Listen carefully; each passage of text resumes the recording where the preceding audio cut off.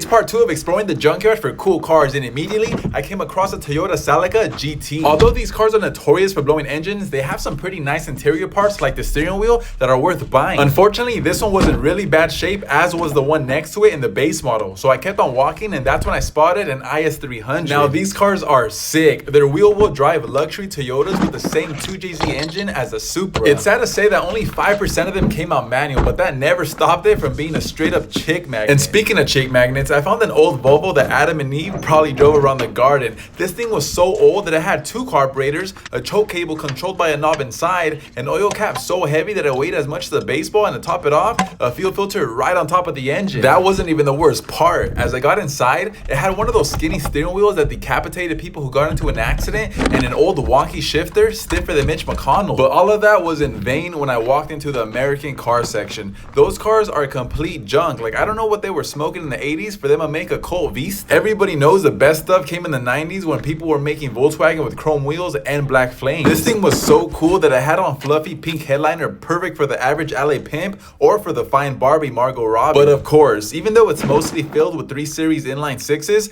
every junkyard has its BMW cemetery, and this one even had one on coilovers and another one on nice wheels. However, since I don't own a BMW and I just finished walking the entire junkyard, it's time to go pay for the mud flaps that I'm taking home. So after taking one final look at the wheels up front and having the security guard check my toolbox, I walked to the front desk to see what the damage was. And it turned out to be a little over $10, which isn't that bad considering that original mud flap sell for well over $100.